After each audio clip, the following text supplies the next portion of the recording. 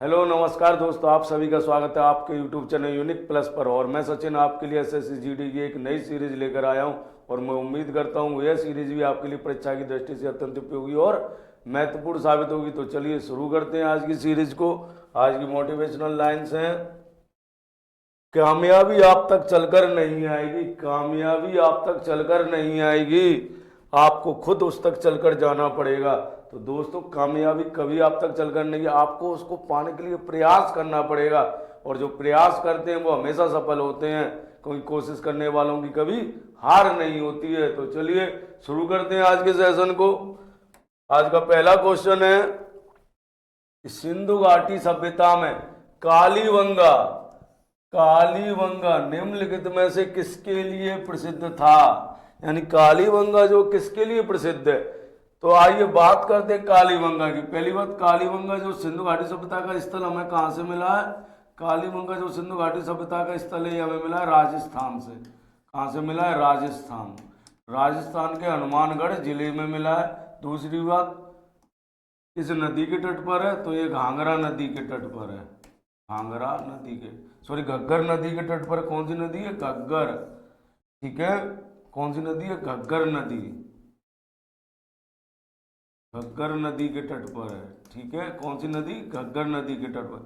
अब यहाँ से साक्ष्य क्या मिले हैं कालीबंगा से? साक्ष्य, तो कालीबंगा से जो साक्ष्य मिले हैं वो मिले हमें जोते हुए खेत के साक्ष्य मिले हैं। जोते हुए खेत के साक्ष्य। ठीक है,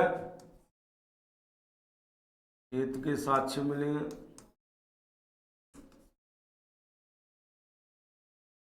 किसके साक्ष्य मिले? जुते हुए खेत के साक्ष्य मिले हैं। ठीक है, ऊंट की हड्डियां मिली हैं। ऊंट की हड्डियां, आपसे पूछा जाएगा कि ऊंट की हड्डियों के साक्ष्य कहाँ से मिले हैं, तो कालीबंगा से मिले ऊंट की हड्डियों के साक्ष्य। ठीक है, दूसरी बात, मिट्टी के पात्र मिले हैं। क्या मिले हैं? मिट्टी के पात्र। मिट्टी के पात्र कहाँ से मिले हमें? कालीबंगा से मिले हैं। मिट्टी के पात्र कहाँ से मिले हैं? कालीबंगा से मिले हैं। ठीक है, दूसरी बात, या कच्ची ईंटों के बने भवन मिले हैं। कच्ची ईंटों के बने भवन।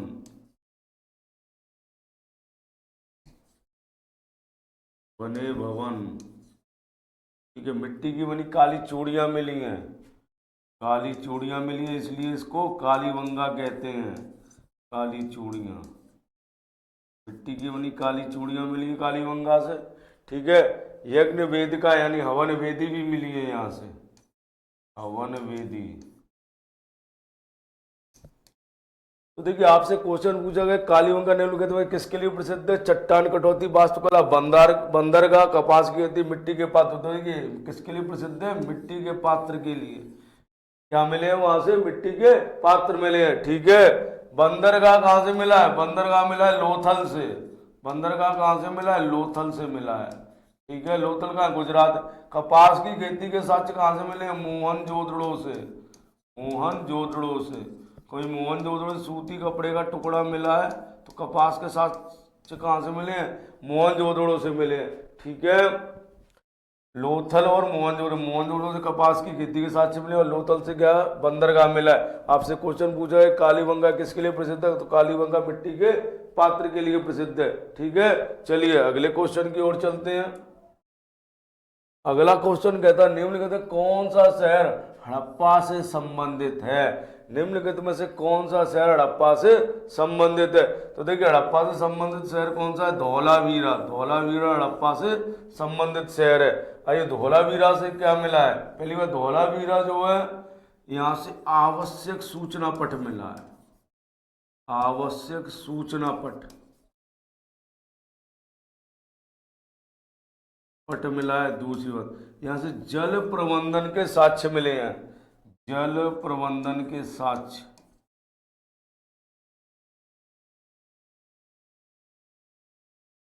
मिले हैं। ठीक है, दूसरी बात और क्या मिला? देखिए, धौलावीरा जो वह 3 भागों में विभाजित नगर था। धौलावीरा कितने भागों में विभाजित नगर था? 3 भागों में विभाजित था। ये 3 भागों में विभाजित नगर है। 3 भागों में विभाजित नगर। ठीक है, विभाजित नगर कौन सा मिला है? धौलावीरा। 3 भागों में विभाजित नगर है। हम्पी, देखिए हम्पी जो है ये कर्नाटक में है। कहाँ है? कर्नाटक में। हम्पी कहाँ पर है? कर्नाटक में। कर्नाटक में, ठीक है। हम्पी जो है विजयनगर साम्राज्य की राजधानी थी। किसकी राजधानी थी? ये विजयनगर साम्राज्य की राजधानी, विजयनगर साम्राज्य की राजधानी थी, ठीक है। हम्पी क्या थी? विजयनगर साम्राज्य की राजधानी थी, राजधानी। कौशल, ये महाजनपद काल का है। कब का है? महाजनपद काल, महाजनपद काल का है कौशल, ठीक है। और लुम्बिनी के बारे में आप जानते ही हो, लुम्बिनी में महात्मा बुद्ध का जन्म हुआ था। महात्मा बुद्ध का जन्म वैशाख पूर्णमासी के दिन 563 ईसा पूर्व, महात्मा बुद्ध का जन्म लुम्बिनी में हुआ। कब हुआ? 563 ईसा पूर्व, ठीक है।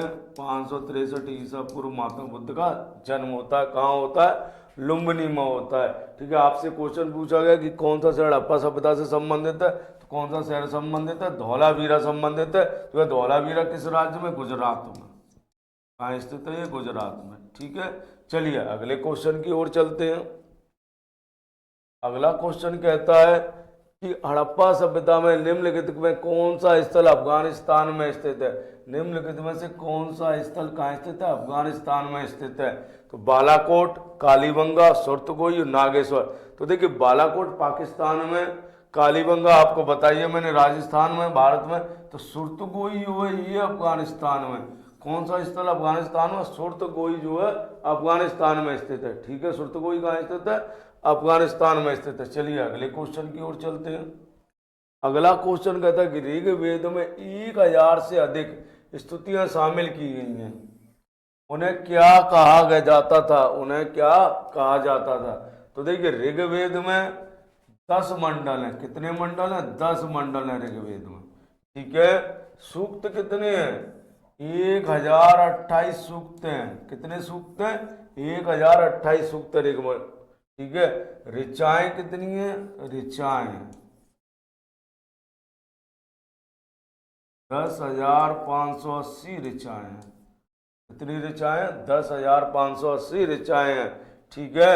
ऋग्वेद में 10 मंडल हैं, 1028 सूक्त हैं, 10,580 ऋचाएं हैं। दूसरा 1028 में से जो 250 सूक्त हैं, 250 सूक्त ये इंद्र को समर्पित है। किसको समर्पित है? इंद्र को समर्पित है, समर्पित है, ठीक है। तो आपसे क्वेश्चन पूछा है 1000 से अधिक स्तुतियां शामिल की गई, उन्हें क्या कहा गया है? तो सूक्त कहा गया। उन्हें क्या कहा गया है? सूक्त कहा गया है, ठीक है। क्या कहा गया है? सूक्त कहा गया है उन्हें। चलिए अगले क्वेश्चन की ओर चलते हैं। अगला क्वेश्चन कहता है कि निम्नलिखित में से कौन सा वेद संगीत से संबंधित है? किससे संबंधित है? संगीत से संबंधित वेद कौन सा है? तो देखिए अथर्ववेद, जादू टोना। अथर्ववेद किससे संबंधित है? जादू टोना से संबंधित है। जादू टोना, जादू टोना से कौन सा वेद संबंधित है? अथर्ववेद, ठीक है। ऋग्वेद ये स्तुति परक है, ईश्वर की स्तुति से संबंधित है, स्तुति परक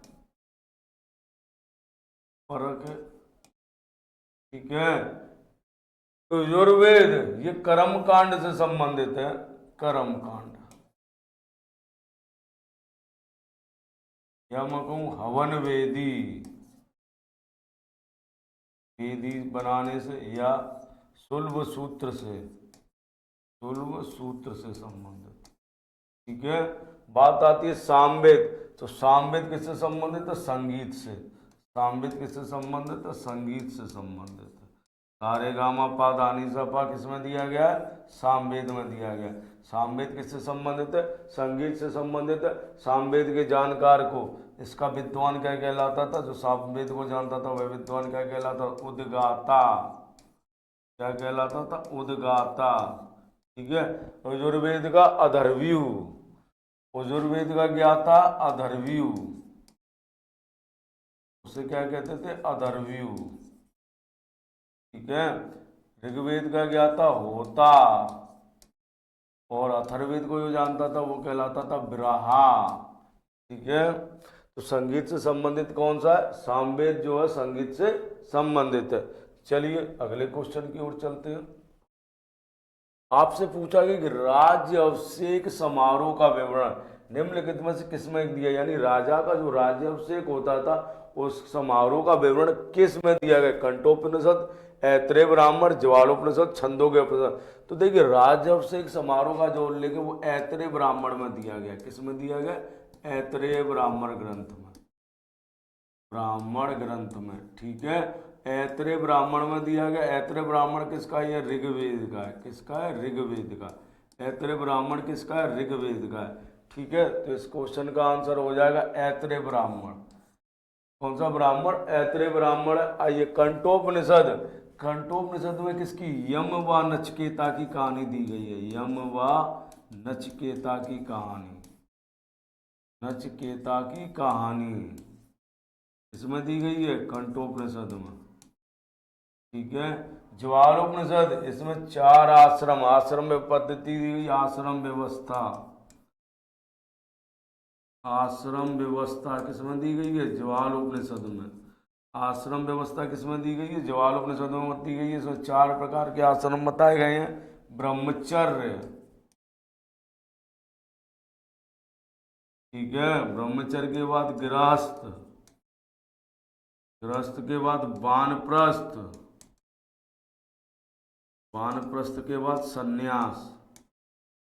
4 आश्रम बताए गए, गृहस्थ, वानप्रस्थ, वो ब्रह्मचर्य, गृहस्थ, वानप्रस्थ और सन्यास। ब्रह्मचर्य की आयु 25 वर्ष तक मानी गई है, गृहस्थ की 25 से 50, वानप्रस्थ की 50 से 75 और सन्यास 75 से 100। उन्होंने उस समय आयु 100 वर्ष मानी गई कि व्यक्ति 100 वर्ष जीता है।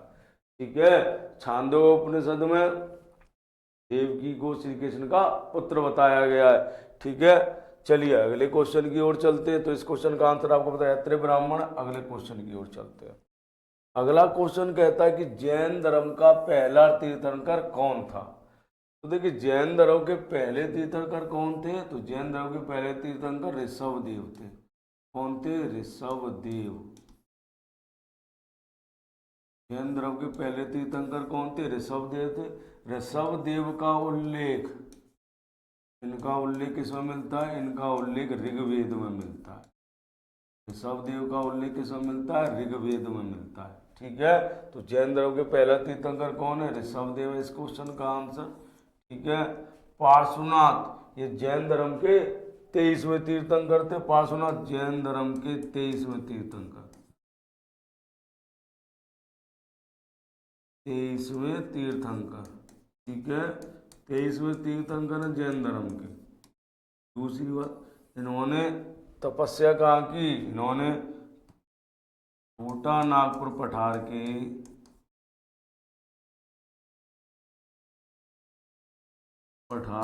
पारसनाथ हिल्स पर तपस्या की थी। पारसनाथ पर तपस्या की, तपस्या की। ठीक है, इनका चिन्ह क्या है? सांप इनका चिन्ह है, सांप, सांप क्या है इनका चिन्ह? ठीक है, महावीर स्वामी, ये जैन धर्म के 24वें व अंतिम तीर्थंकर है। 24वें व अंतिम तीर्थंकर, अंतिम है। ठीक है, दूसरी बात, इनका चिन्ह का, इनका चिन्ह सिंह, इनका चिन्ह है महावीर स्वामी का। ठीक है, चलिए तो आपसे पूछा गया है कि जैन धर्म के पहले तीर्थंकर कौन है? तो ऋषभदेव को जैन धर्म का पहला तीर्थंकर माना गया है। चलिए अगला क्वेश्चन, अगला क्वेश्चन पूछा है निम्नलिखित में से कौन भारतीय संविधान के प्रारूप के लिए जिम्मेदार संविधान सभा का हिस्सा नहीं था? यानी कौन संविधान सभा का हिस्सा नहीं था? महात्मा गांधी, सरदार वल्लभ भाई पटेल, जवाहरलाल नेहरू और BR अम्बेडकर। तो देखिए महात्मा गांधी संविधान सभा के सदस्य नहीं थे। ठीक है, यानी संविधान का निर्माण इनके दिशा निर्देशन में जरूर हुआ, जो इनकी विचारधारा थी उस विचारधारा को संविधान में शामिल किया गया, लेकिन ये संविधान सभा के सदस्य नहीं थे। डॉक्टर BR अम्बेडकर संविधान सभा में पहले बंगाल से चुने गए थे, बंगाल से चुने गए। ठीक है, चुनी गई पहले, यानी विभाजन से पूर्व। विभाजन के बाद, विभाजन के बाद, विभाजन के बाद ये कहाँ से चुने गए? विभाजन के बाद ये चुने गए आपके बम्बई, यानी महाराष्ट्र से, बम्बई से। ठीक है। सरदार पटेल ये भी महाराष्ट्र से चुने गए थे, महाराष्ट्र। ठीक है। जवाहरलाल नेहरू संयुक्त प्रांत, जवाहरलाल नेहरू कहाँ से चुने गए संविधान सभा में? संयुक्त प्रांत से। ठीक है। लेकिन महात्मा गांधी संविधान सभा के हिस्सा नहीं थे। ठीक है। इस क्वेश्चन का आंसर हो जाएगा महात्मा गांधी। तो चलिए अगले क्वेश्चन की ओर चलते हैं। अगला क्वेश्चन कहता है कि कानून के शासन का विचार निम्नलिखित में से किस देश के संविधान से लिया गया है? कनाडा, रूस, संयुक्त राज्य अमेरिका, यूनाइटेड किंगडम। तो देखिए संविधान, कानून का शासन का मतलब है विधि का शासन।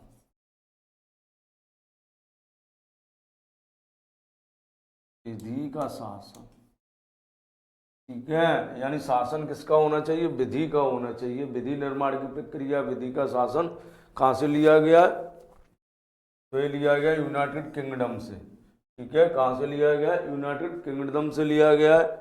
रूस से क्या लिया है? रूस से हमने लिए मौलिक कर्तव्य, मौलिक कर्तव्य रूस से लिए। और क्या लिया? पंचवर्षीय योजना,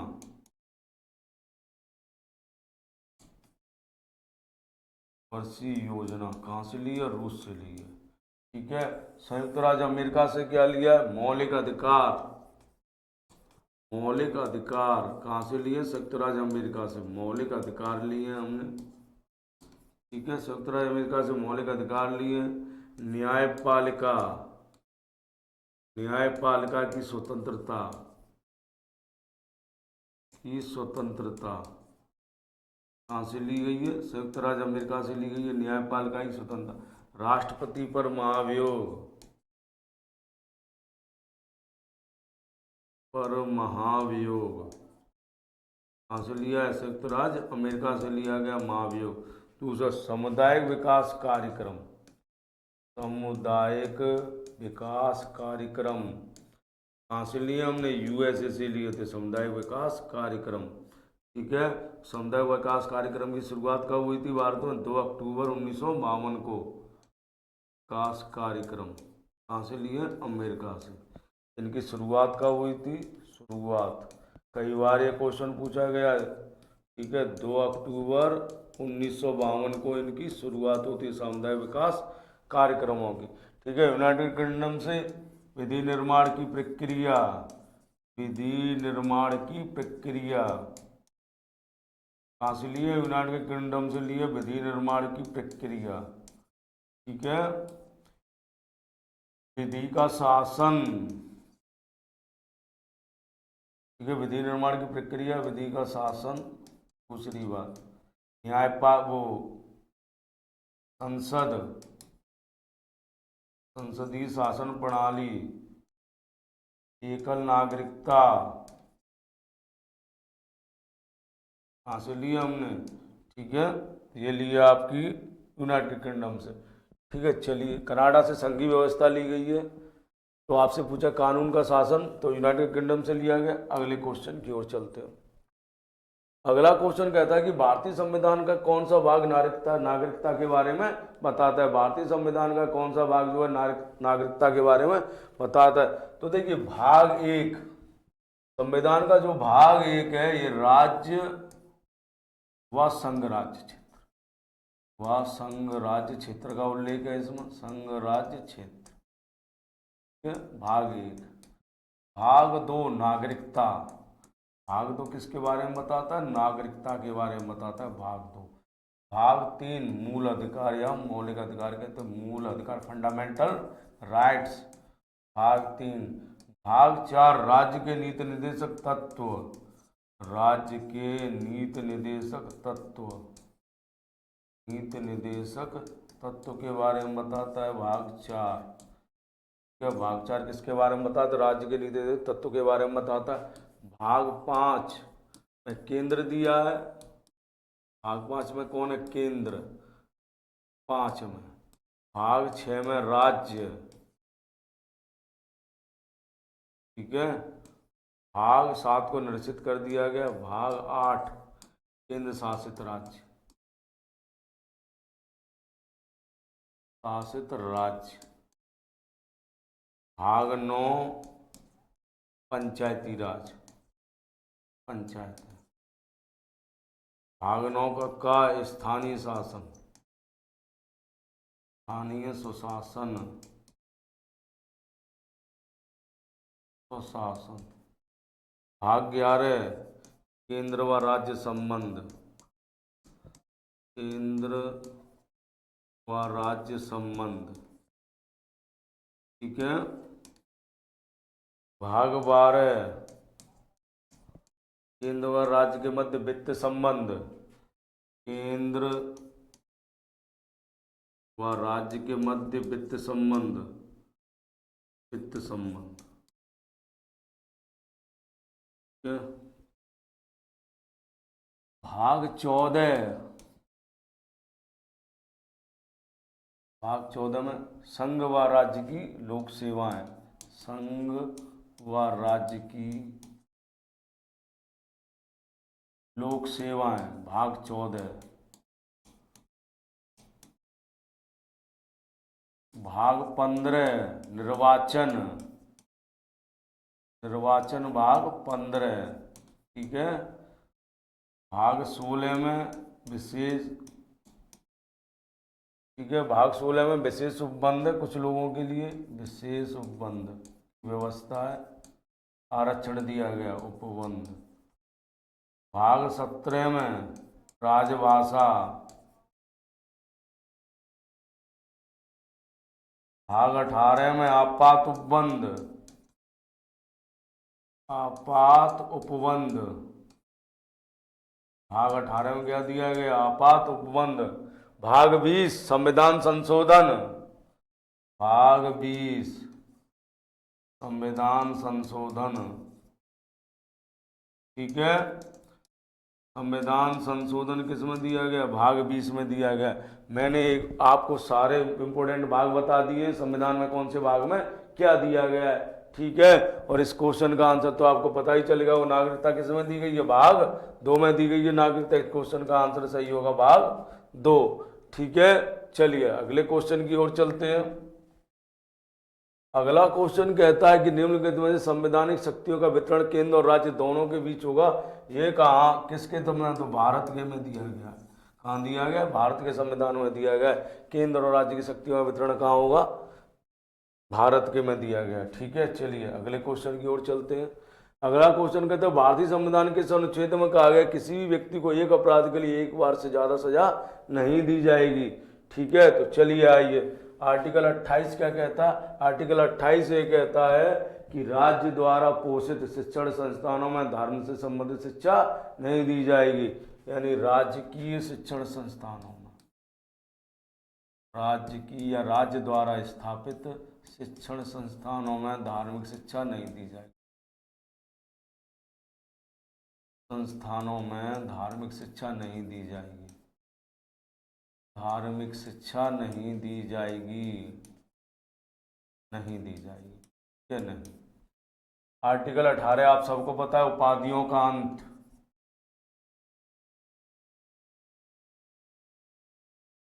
का अंत दिया गया आर्टिकल 18 में, उपाधियों का अंत है, ठीक है। आर्टिकल 21 को संविधान का मैग्ना कार्टा कहते हैं। आर्टिकल 21 क्या है, संविधान का मैग्ना कार्टा, संविधान का मैग्ना कार्टा है, मैग्ना कार्टा। इसमें क्या कहा गया है, आर्टिकल 21 में निजता का अधिकार है, राइट टू प्राइवेसी, निजता का अधिकार, ठीक है। दूसरा प्राण व दैहिक स्वतंत्रता, प्राण व दैहिक स्वतंत्रता दी गई है आर्टिकल 21 में,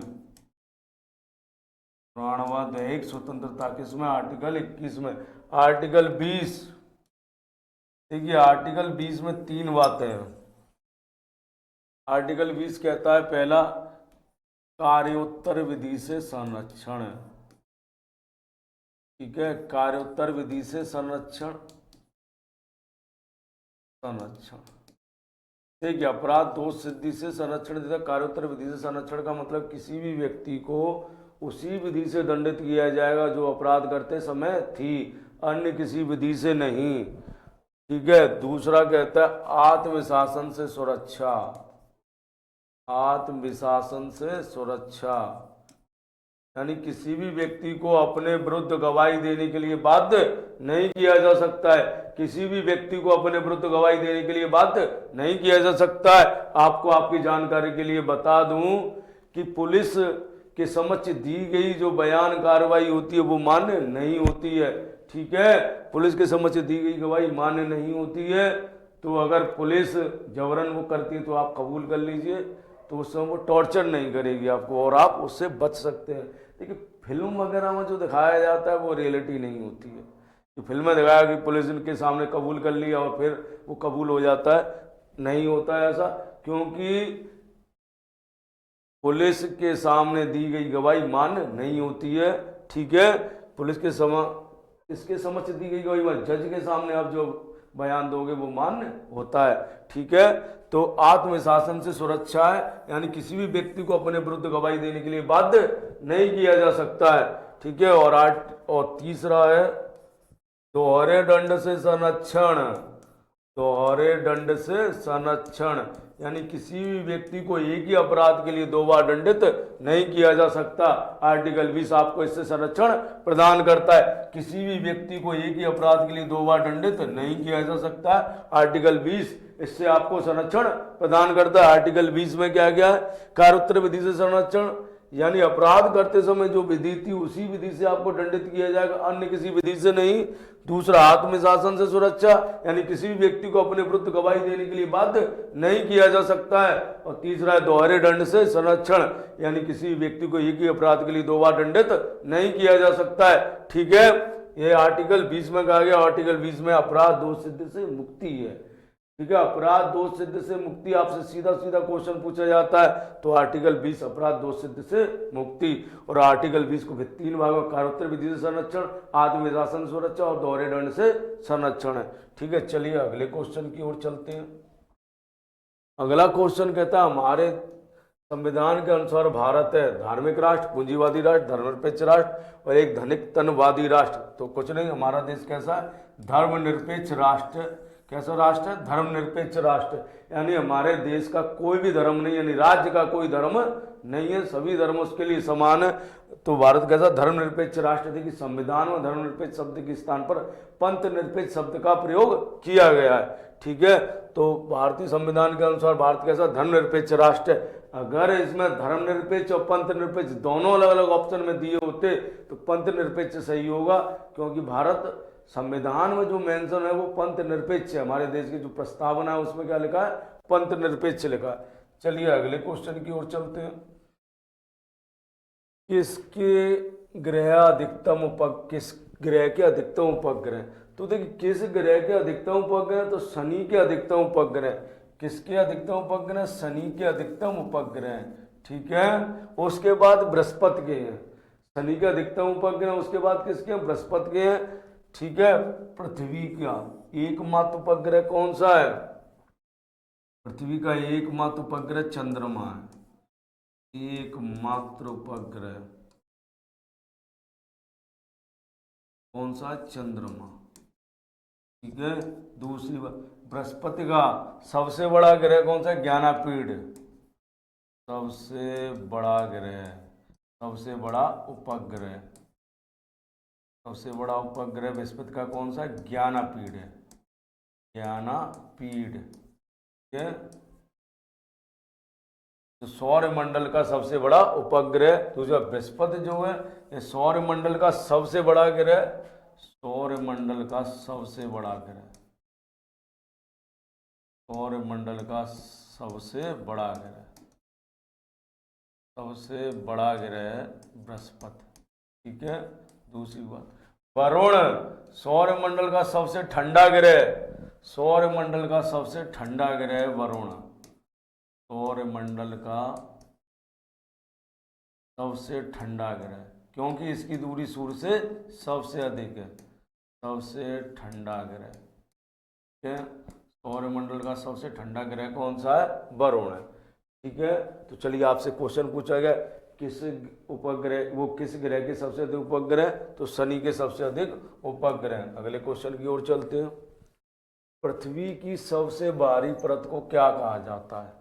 पृथ्वी की सबसे बाहरी परत को क्या कहते हैं? तो देखिए, ये पृथ्वी का हमने काट के उसमें से निकाल लिया है भाग पृथ्वी का। तो देखिए, सबसे बाहर वाली परत को कहते हैं क्रस्ट। क्रस्ट। फिर है आपका मेटल, और सबसे आंतरिक भाग है कोर। ठीक है, सबसे आंतरिक भाग कौन सा है? कोर है। तो सबसे ऊपर क्रस्ट है, फिर मेटल, सबसे ऊपर क्रस्ट है, फिर मेटल है, और फिर उसके बाद कौन सा है? कोर है। ठीक है, तो देखिए क्रस्ट को जो मेटल से अलग करता है उसको कहते हैं मोह संतति। क्रस्ट को जो मेटल से अलग करता है उसको क्या कहते हैं? मोह संतति कहते हैं। और मेटल को कोर से अलग करता है उसे कहते हैं गुटेन वर्ग। क्या कहते हैं उसको? गुटेन वर्ग कहते हैं। ठीक है, फिर दूसरी बात, क्रस्ट को अपर क्रस्ट और इनर क्रस्ट में जो बांटता है वो कहते हैं कॉनरोड। कॉनरोड संतति। ठीक है, जो ऊपरी क्रस्ट और आंतरिक क्रस्ट को बांटता है उसे कॉनरोड संतति कहते हैं। मेटल यानी अपर और इनर, मेटल को जो बांटता है वो क्या कहलाती है? रिपित। वो कहलाती है रिपिट। ठीक है, वो क्या कहलाती है? रिपिट कहलाती है। और जो इन कोर को दो भागों में बांटता है वो कहलाता है लेहमन। लेहमन संतति। ठीक है, आपसे क्वेश्चन पूछा गया है कि पृथ्वी की सबसे बाहरी परत को क्या कहते हैं? तो पृथ्वी की सबसे बाहरी परत को क्रस्ट कहते हैं। इस क्वेश्चन का आंसर क्या है? क्रस्ट है। देखिए, अब इससे संबंधित कई क्वेश्चन बनते हैं, वो बता देता हूं। जैसे क्रस्ट पृथ्वी की सबसे बाहरी परत है, आपसे पूछे क्रस्ट पर सबसे अधिक मात्रा में पाए जाने वाला तत्व कौन सा है? तो सर्वाधिक मात्रा में पाए जाने वाला तत्व, सर्वाधिक मात्रा में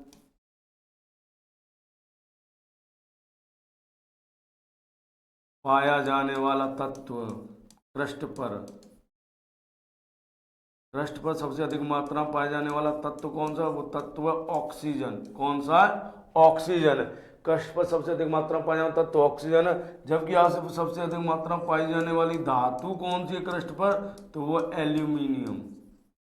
सबसे अधिक मात्रा में धातु कौन सी पाई जाती है? एल्यूमिनियम पाई जाती है। ठीक है, सबसे अधिक मात्रा में पाई जाने वाली धातु एल्यूमिनियम है, सबसे अधिक मात्रा में पाया जाने वाला तत्व ऑक्सीजन है, और सबसे अधिक मात्रा में पाई जाने वाली उपधातु कौन सी? सिलिकॉन है।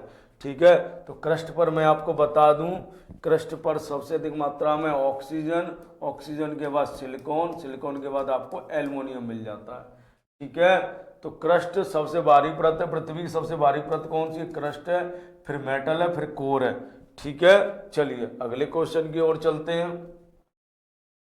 अगला क्वेश्चन कहता है कि आकार के संदर्भ में वरुण सौरमंडल का कौन से स्थान पर? आकार के संदर्भ में कहा है। तो देखिए, आकार के संदर्भ में सबसे बड़ा है बृहस्पति, बृहस्पति के बाद आता है सैटर्न।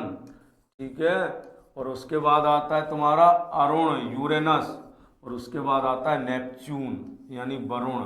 तो वरुण कौन से स्थान पर? चौथे स्थान पर। तो सबसे पहले बृहस्पति यानी जुपिटर, फिर सैटर्न शनि, फिर है यूरेनस अरुण, और फिर है आपका नेपच्यून यानी वरुण। वरुण जो है कौन से स्थान पर है? चौथे स्थान पर है। कौन से स्थान पर है? चौथे स्थान पर आता है वरुण, आकार के आधार पर है। और हमारी पृथ्वी कौन से स्थान पर है? उसके बाद आती है पृथ्वी, अर्थ, पांचवें स्थान पर है आपकी पृथ्वी। ठीक है, आकार के आधार पर वरुण जो है सौरमंडल का कौन से स्थान है? चौथा सबसे बड़ा ग्रह। सबसे बड़ा ग्रह बृहस्पति है, और चौथा सबसे बड़ा ग्रह कौन सा है? वरुण है। और पृथ्वी कौन से स्थान पर? पांचवें स्थान पर। चलिए अगले क्वेश्चन की ओर चलते हैं। टाइटन किसका उपग्रह? टाइटन किसका उपग्रह? तो टाइटन शनि का उपग्रह। किसका उपग्रह? टाइटन शनि का उपग्रह टाइटन। यूरेनस का उपग्रह कौन सा है? टाइटेनियम। टाइटेनियम। यूरेनस का उपग्रह कौन सा है? टाइटेनियम। नेपच्यून का कौन सा? टिटॉन। टिटॉन का उसका है, नेपच्यून का। मंगल के कौन है? फोबोस और डिवोस। फोबोस और डिवोस किसके हैं? मंगल के हैं। डिवोस किसके उपग्रह? ये मंगल के उपग्रह फोबोस व डिवोस।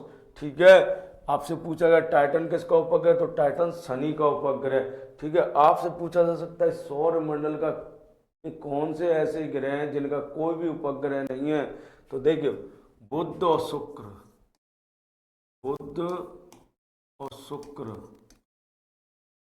ये सौर मंडल के दो ऐसे उपग्रह हैं, ऐसे ग्रह हैं जिनका कोई उपग्रह नहीं है,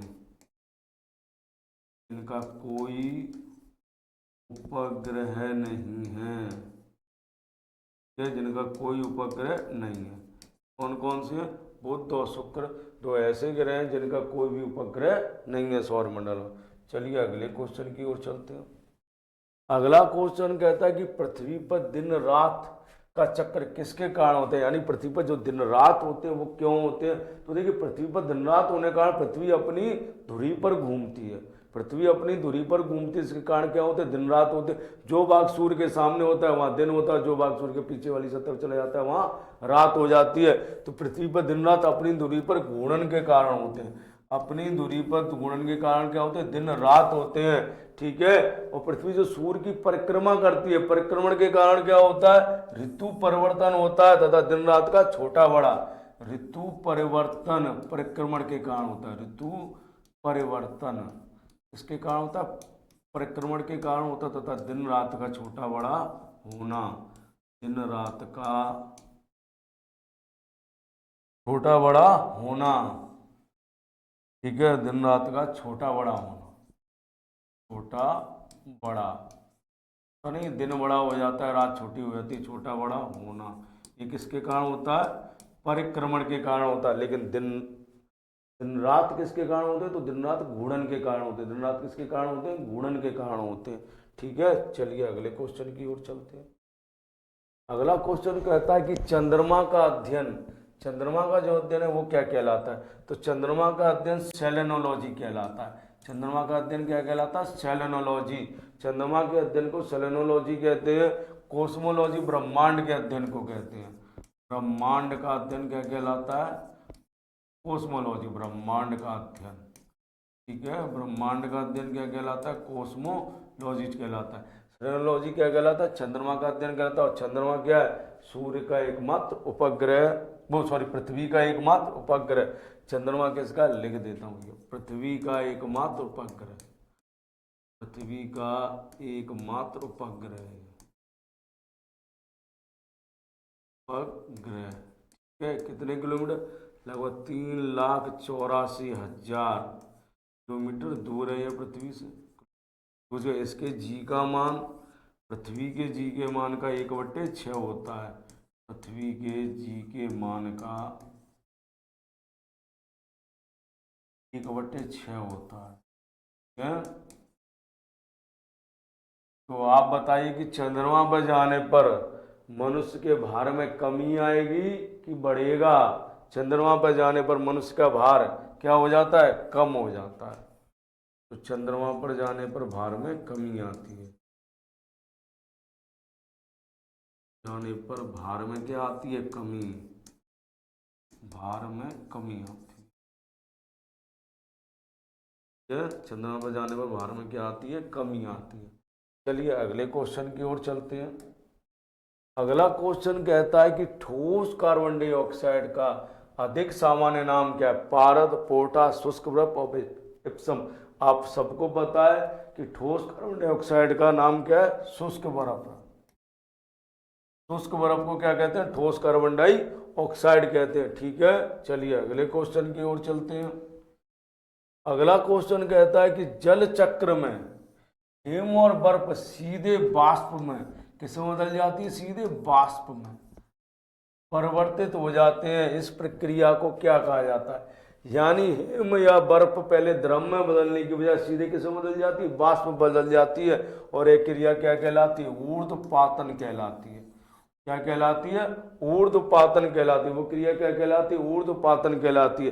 देखिए क्वथनांक किसको कहते हैं? देखिए क्वथनांक कहते हैं जब वायुमंडलीय दाब और जल बाष्प का दाब बराबर हो जाता है तो पानी उबलने लगता है, उसे क्वथनांक कहते हैं। बाष्पीकरण किसको कहते हैं?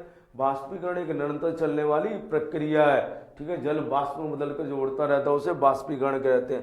लेकिन जब कोई ठोस सीधे द्रव में वो गैस में बदल जाता है तो उसे ऊर्ध्वपातन कहते हैं। या कोई जो द्रव है वो या कोई वाष्प है वो सीधे किस में बदल जाए, ठोस में बदल जाए तो उस क्रिया को ऊर्ध्वपातन कहते हैं।